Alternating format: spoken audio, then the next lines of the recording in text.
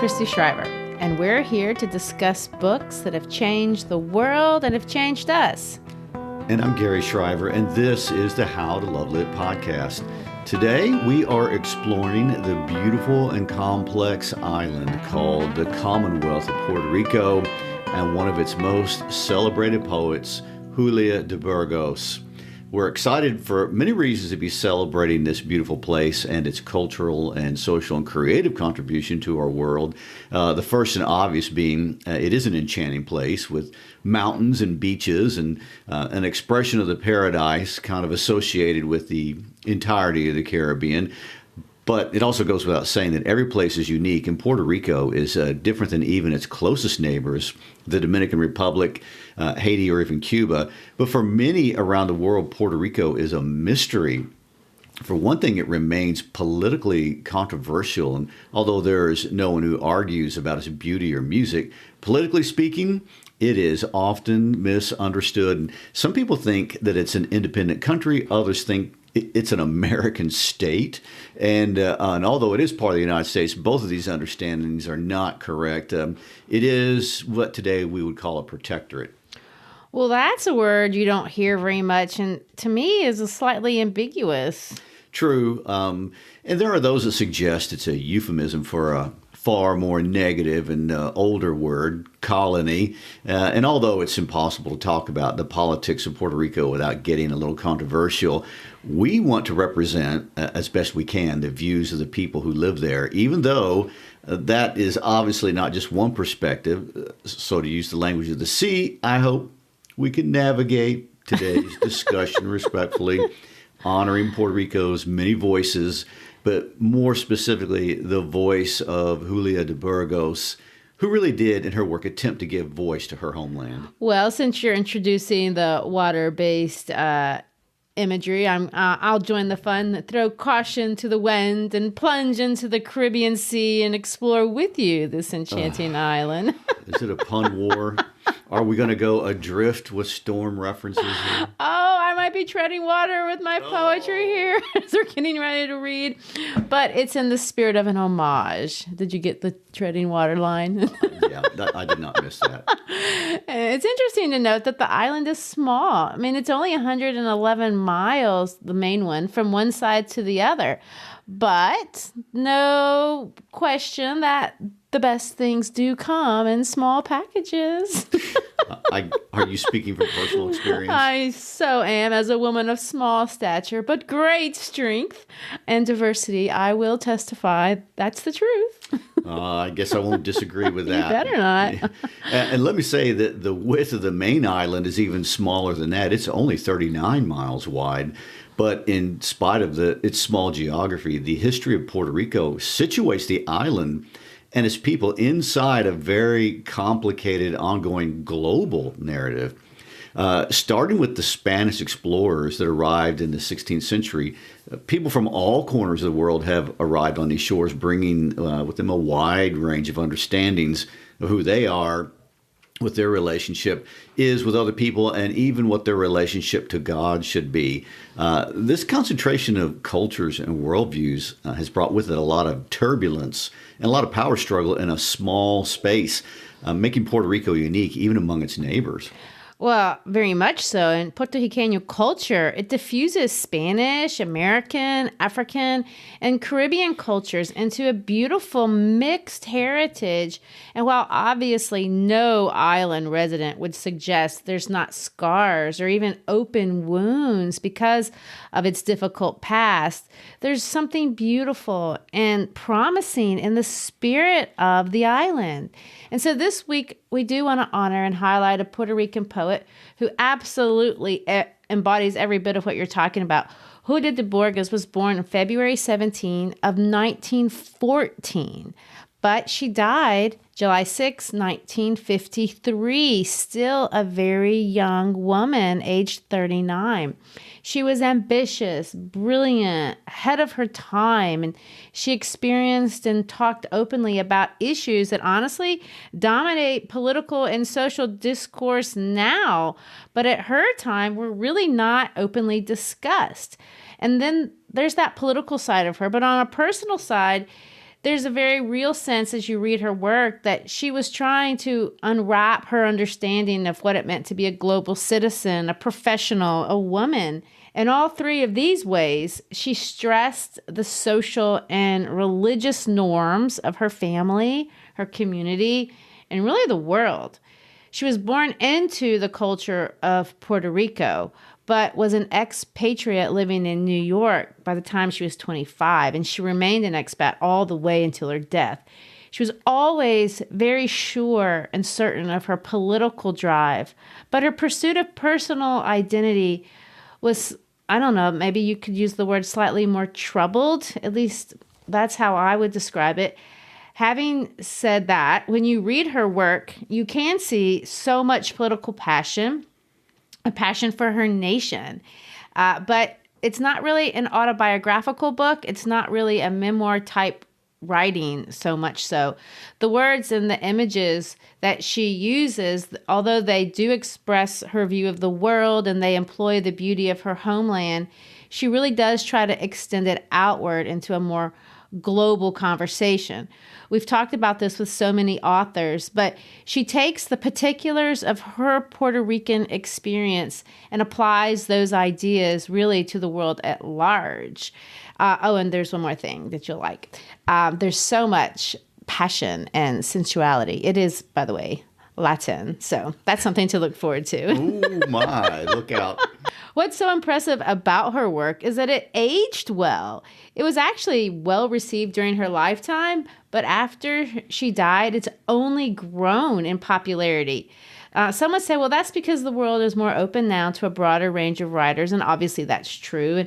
But I would suggest that because her feelings are about things that we talk more openly about today, it keeps her work really current. In 2010, the U.S. Postal Service selected to put her image on a postage stamp. So it's nice to see that this woman, the culture and struggle that she loved and represented, has been honored in such an appropriate way. I mean, a postage stamp takes words around the world, and nothing could be more appropriate for Julia. So, Gary, I know you can tell that I'm excited about this special episode this week, so let's jump in. Ocean pun. I'm excited to listen to what you have to tell us about the history of this amazing place. Well, okay, I guess we're ready for the dive. Oh, shall we say? Well, anchors away. Let's get started. Okay. What a lot of people don't know about Puerto Rico is that it is the oldest colony on planet Earth. 4 centuries under Spain, and depending on how you define the relationship today, some would argue now even a century under the United States. And it was a strategic trade link in the area. So even though it didn't have a lot of minerals like gold to entice those original conquistadors, the Spanish built several forts and things like that on the island.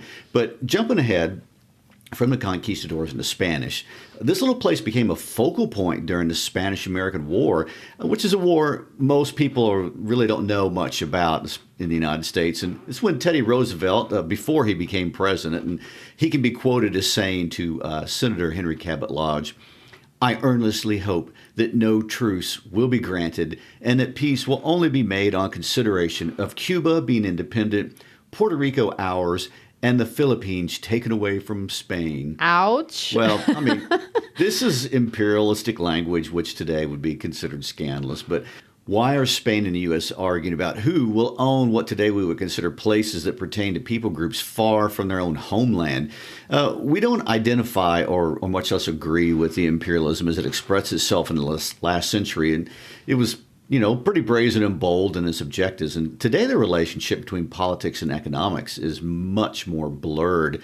I want to venture to say we're much more comfortable with this kind of aggressive imperialistic language coming from the mouths of CEOs of companies, more so than presidents of countries. The world was very different back then. And remember, this was before both world wars, but all of a sudden in 1898, conflict has arrived in Puerto Rico.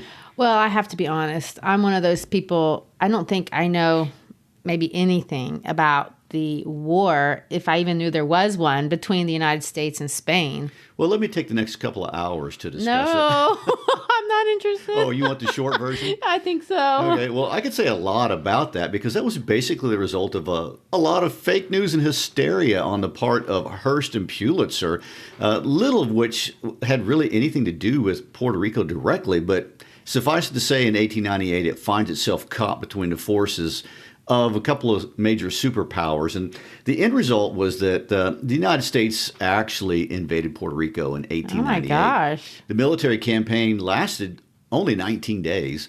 And when the Americans arrived on the beaches, there was really almost no resistance, and there were only 7 casualties. And the island had been a colony of Spain, and no one felt compelled to defend it.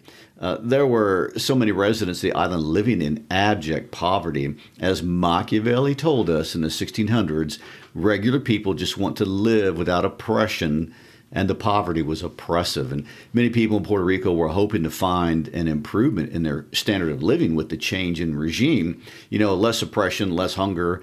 That's how we would translate that. Maybe the Americans will give us a better deal than the Spanish. Well, to be honest, I did look into this a little bit, and I did find out that with the collapse of the Spanish regime, there were some positive changes. One that caught my eye was the separation of church and state, which meant for women, all of a sudden, divorce was legal. And lots of women moved to take advantage of that benefit almost immediately. I know, when you think about it, we're in the middle of a collapse in an empire crisis, and what's the best thing to happen? Divorce! The women are thinking, divorce, we can get out. Anyway, true, and not just women, lots of workers begin to mobilize in an attempt to get better conditions for workers in all areas, the farmers, the dock workers, artisans, construction workers. Everyone was hoping for a better life. But of course, again, as Machiavelli warns us, the elites are always trying to oppress. No doubt. And that happened here too. The sugar interests had a lot of power. The mill owners, the cane growers, and all of these interests also mobilized. And the other big industry in Puerto Rico is coffee. The coffee industry also had its challenges under Spanish rule, and they were hopeful that the American market would help boost them, not necessarily for improved conditions for workers, but an improved deal for the coffee plantation growers. Well, I have committed myself to supporting the coffee industry. Every morning. Yeah. Well, why does that matter? I mean, sugar and, coffee. Well, it matters because the overwhelming majority of the population of Puerto Rico consists of the rural poor. And almost everyone in Puerto Rico was living in a situation where they didn't have schools, they didn't have health care, shoes, or even enough to eat. And many spent their days working hard in the fields, but the money they generated through the crops they were producing really never got back to their families, not as cash and not in the form of public schools or social services of any kind. This was the world as it presented itself to the family of Julia de Burgos. The outside world was engaging in political events beyond their control. But for the de Burgos family, like for most of the residents of this island, that stuff didn't matter. They didn't know anything or even care anything about the United States expanding republic or the Foraker Act or anything like that. They needed help surviving, and they were looking for someone to raise the standard of living for all the residents and to provide food for the 14 children in their household. Gosh. Let me give you another detail to further compound and illustrate the reality of most people at the turn of the century in Puerto Rico. Many of us remember in 2017 that Hurricane Maria that devastated Puerto Rico. For sure. Hopefully you saw pictures and maybe contributed financially to the efforts to help. But if you remember, the hurricane devastated the island. And even though today Puerto Rico is more modern and has more infrastructure than in earlier days, still close to 3,000 people died, and they estimate that $90 billion worth of damage occurred. Well, in 1928, Hurricane San Felipe, the second or equally even more devastating storm, hit the island. They tell us that not a single building was untouched on the entire island.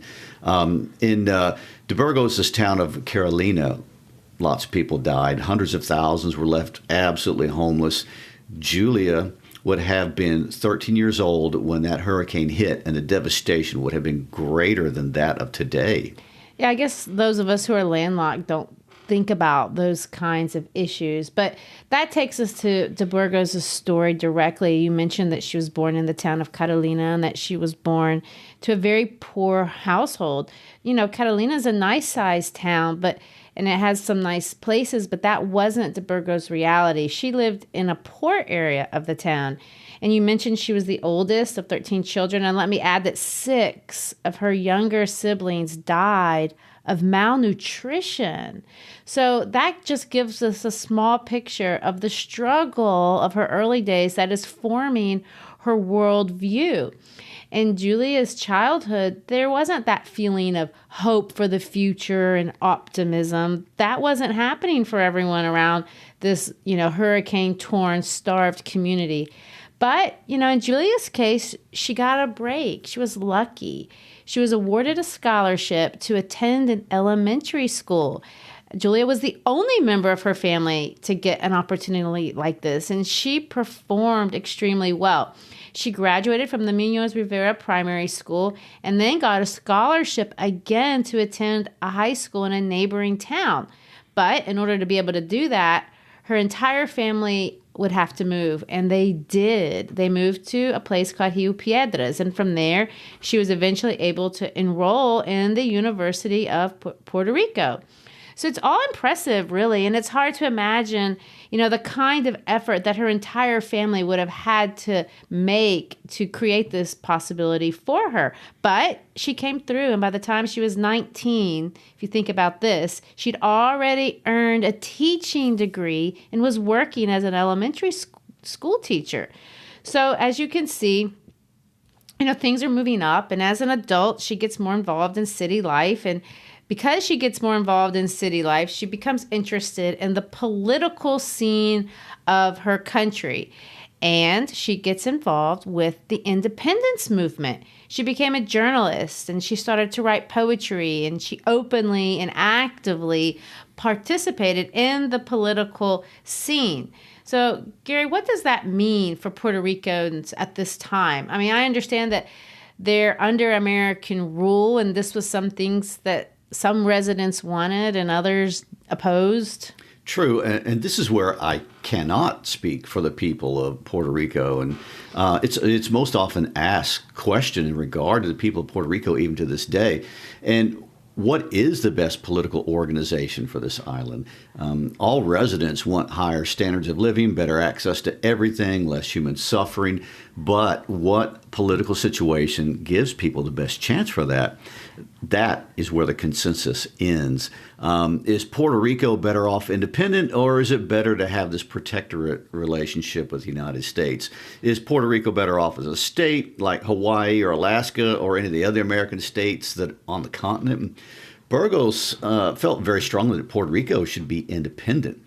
And she ran in circles that openly advocated for independence and were actively organizing people to support that cause. And there was a Harvard-trained lawyer named Pedro Albizu Campos who led a cane cutter strike in 1934 that was a close associate of de Burgos. And she even wrote about him in her poetry. He was a revolutionary and was charged by the United States government with seditious conspiracy and eventually spent 30 years incarcerated. Oh, no. And this enraged Julia.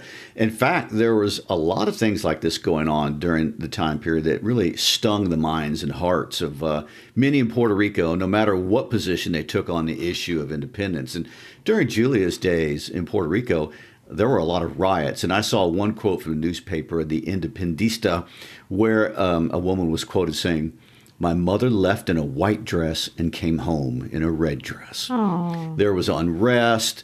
There were also economic problems that were escalating. Unemployment grew by 30% between the years 1930 and 1933, the Great Depression years. And this rise in poverty was close to home for Julia. She took a job working for the Puerto Rico Emergency Relief Agency, distributing food to suffering people. And de Burgos was very active, and this was fairly unusual for a woman at this time period, even a highly educated woman. And unlike many women intellectuals who were her peers, she was very articulate and vocal with her political views. Well, I will say that de Burgos talked about these riots in her poetry, and these words in describing the death of Bolivar Marquez, who is another man shot at an event, she says this: "Your blood is planted in 1,000 living signs." And this is just an example of the things that you'll see when you read her poetry, and as you look at it through a political lens, it's helpful to understand this kind of world that she's talking about. I mean, she talked and organized workers through her poem Es Nuestra la Hora, which translates in Ours is the Hour. It's obvious to anyone that during de Burgos' years in Puerto Rico that her heart and her work and her efforts were really for the betterment of her homeland. And although there may have been those who disagreed with her political goals as to what was the best for Puerto Rico, no one could ever doubt her sincerity and her passion and her work ethic toward her goals. And this is also around the time that she met and married her first husband, a man by the name of Ruben Rodriguez Beauchamp. Well, this is where I want to drop in the first poem of hers that I'd like to read. It's by far her most famous poem, and it was written during these years when she's young and involved in this struggle for Puerto Rican independence. And really, it was her breakout poem. She's only 21 when it's published, and it launched for her a career because people of note noticed her. And she transitioned from this little girl from the suburbs into something much larger. She was getting visibility. She was elected as the Secretary General of the Daughters of Freedom. She got invited to speak, and she spoke at rallies. And although for us, when you read her most famous, and really it's the most anthologized poem that she has, we may not think of it as exceptionally political, especially when it's translated into English. You can read it various ways, but it is. And the poem involves a small child drawn toward a mysterious body of water. And the child is speaking to the river that she grew up with. And you can read this poem as a tribute to the river that it empties into the sea. And it's a tribute to the landscape for sure, but it's way more layered than that. There's this image of a creation myth of the origins of Puerto Rico, talking for the first time, the beginning of time. But when you drop it into the context of what's going on during her life story, it just reads more, political. There's just a lot more intensity to it. Here's a child who wants to lose herself in the river's rivulets, and kind of like a young country wanting to be lost from imperialism. And in her poem, she calls the greatest of her island's tears those that come from the eyes of my soul for my enslaved people. By the way, there's also a lot of sensual imagery which blends and intensifies the creation myth as it kind of blends with the violence of the political story of Puerto Rico. Pay attention, this is especially obvious in the last stanza. Another helpful way for me to read this poem is to remember that it's Latin in nature. And although it's not considered, an expression of magical realism, I certainly see a lot of magical elements in it and a lot of allegorical elements in it that we associate today with magical realism. And if you're not familiar with that term, we've talked about it a couple times. Think Tim Burton and his movies, these magical, bright, allegorical colors that kind of overwhelm your senses.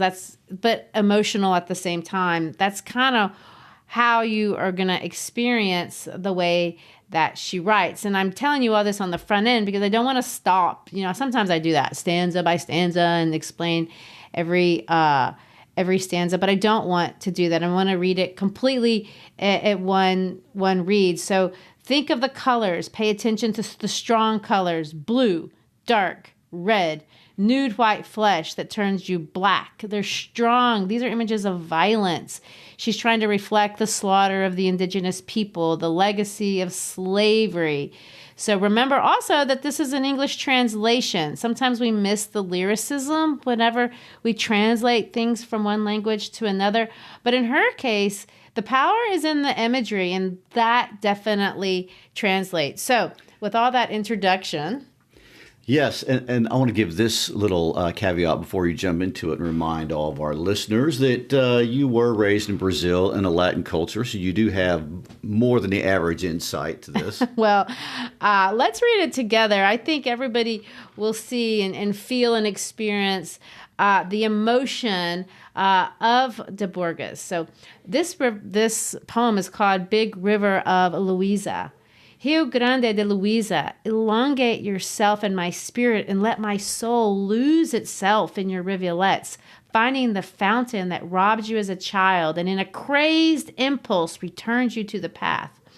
Coil yourself upon my lips and let me drink you, to feel you mine for a brief moment, to hide you from the world and hide you in yourself, to hear astonished voices in the mouth of the wind, dismount for a moment from the loin of the earth and search for the intimate secret in my desires. Confuse yourself in the flight of my bird fantasy and leave a rose of water in my dreams.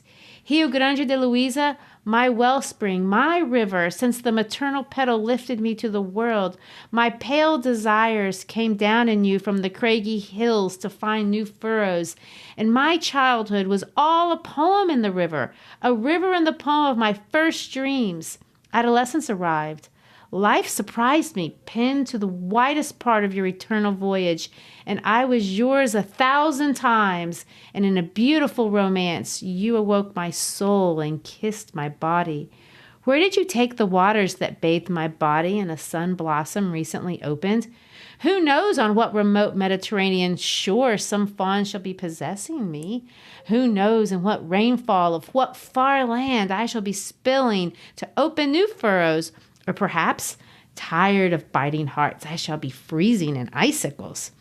Rio Grande de Luisa, blue, brown, red, blue mirror, fallen piece of blue sky, naked white flesh that turns black each time the night enters your bed, red stripe of blood when the rain falls in torrents and the hills vomit their mud. Man river, but man with the purity of river, because you give your blue soul when you give your blue kiss, most sovereign river mine. Man river, the only man who has kissed my soul upon kissing my body. Rio Grande de Luisa, great river, great flood of tears, the greatest of all our island's tears. Save those greater that come from the eyes of my soul for my enslaved people. What do you think of that, Gary? I know it's kind of hard to follow when you're just listening to it for the first time, but I find her poetry readable. It's something I think you can follow by just listening. It is, and it is extremely sensuous. And by that, I mean not just intimately, but in terms of her tears and everything else. You know, all those sensations are really built into this. Well, they are, and you can feel her emotion, her passion for the place where she was raised and the beauty that she finds there and the sadness that she finds there, too. I have another one that I want to read. It's also quite famous. It's called To Julia. And the second poem that I want to read, it's unique because Julia writes to herself. It's very relatable to many issues that we hear all the time, young people talking about today, but it's well before its time. In this poem, the speaker dramatizes the conflict that she finds between her socially acceptable constructed identity and this inner voice that she sees as very different, more artistic, really. In the poem, the one Julia, has this conflict and maybe wants to get rid of the other Julia. There's this internal battle, maybe of what she sees as a true self, a more honest self versus her false self. This is the side of her work that, although, of course, it's obviously still political, it struggles more intimately with issues of identity. And when we read these kinds of poems, we do feel a much more personal connection to her that lots of poetry doesn't communicate. By the way, I don't know if I said this before, but she wrote around 150 poems, and not just poetry, although that's what she's most famous for. There's a lot of letters published that she wrote, a lot of essays. There's a lot of articles, that people still read that she wrote. So I do want to read this second poem to Julia, but before, I also want to provide the context for it by giving some details of her life. I don't know, we don't have time to go through all the details, but I think it lends empathy when we understand her as a person. So, Gary, what do you want to tell us about the rest of her story? Well, first of all, I love context. I know you do. Because we've always said these authors didn't write out of nothing. They wrote out of their experience. And there's a couple of events, but also some life choices that Burgos made around the age of 24 that really significantly changed the direction of her life.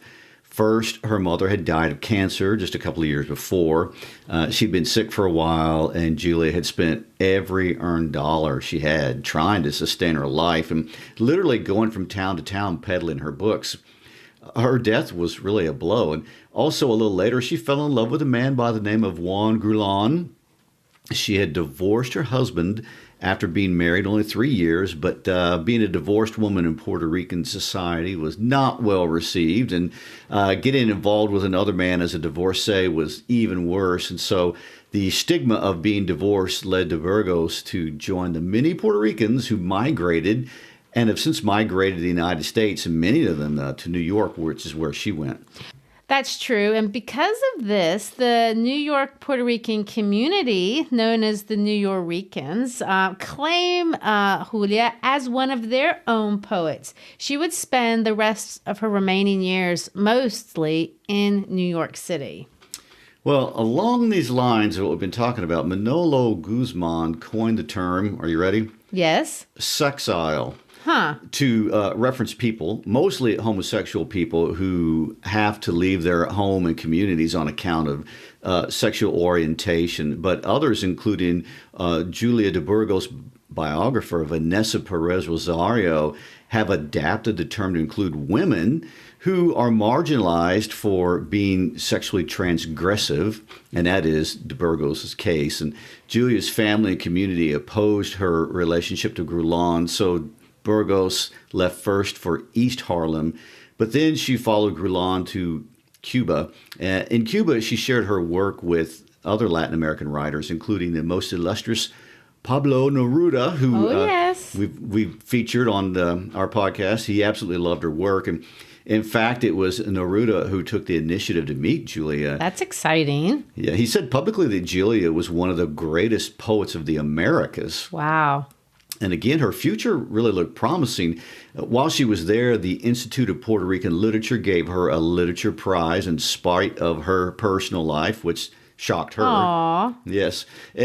However, the upward trajectory was kind of short-lived, and it wasn't too long after these highs that her relationship with Grulon deteriorated to the point where one day he came home with a plane ticket for her.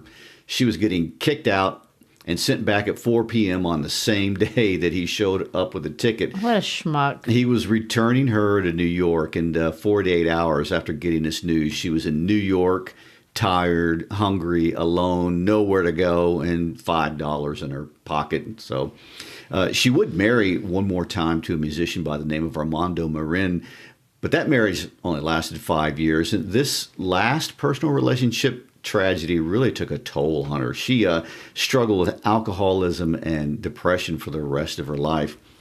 And on July 5th, 1953, in the early morning hours, 2 New York City police officers spotted a body that was unconscious in the street near the corner of 5th Avenue and 106th Street in East Harlem. It's a mystery to this day as to what happened, but the police rushed her to the Harlem hospital. But she died shortly after midnight of pneumonia and cirrhosis of the liver, which was a result of her alcoholism. And the woman they found had no purse or any form of identification. No one came to claim her body. No missing persons report with her description was filed. So she was buried in a potter's field in New York City. Oh, my gosh. And finally, after weeks of looking for her, her friends found her. Her family and friends returned her body to Puerto Rico for a proper burial in her native Carolina.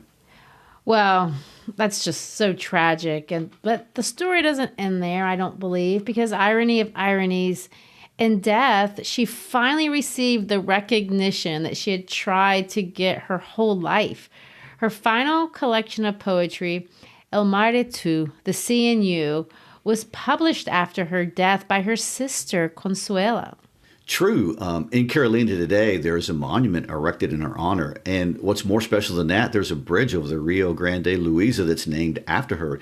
The people of Puerto Rico celebrate her life. The University of Puerto Rico awarded her an honorary doctorate in 1987. But her life is also celebrated in various places across the United States. There are public schools in Puerto Rico, New York, Philadelphia, and Chicago that are named after her. And of course, like you mentioned in the beginning, in 2010, the Postal Service commemorated her life with a stamp for Hispanic Heritage Month. The island has embraced its poets. And in the words of Saez Burgos, Julia de Burgos not only spoke her reality, she spoke about all of us. So let's finish out by reading this very personal poem, the one that embodies the struggling Julia, the one we can relate to, the one inside. So, Christy, would you read it for us? Sure. To Julia. People now murmur that I am your enemy, for they claim that in verses I reveal your essence to the world. They lie, Julia de Burgos. They lie, Julia de Burgos. The voice uplifted in my voice verses is not your own, it's mine. For you are garment and I essence, and the greatest abyss lies between the two.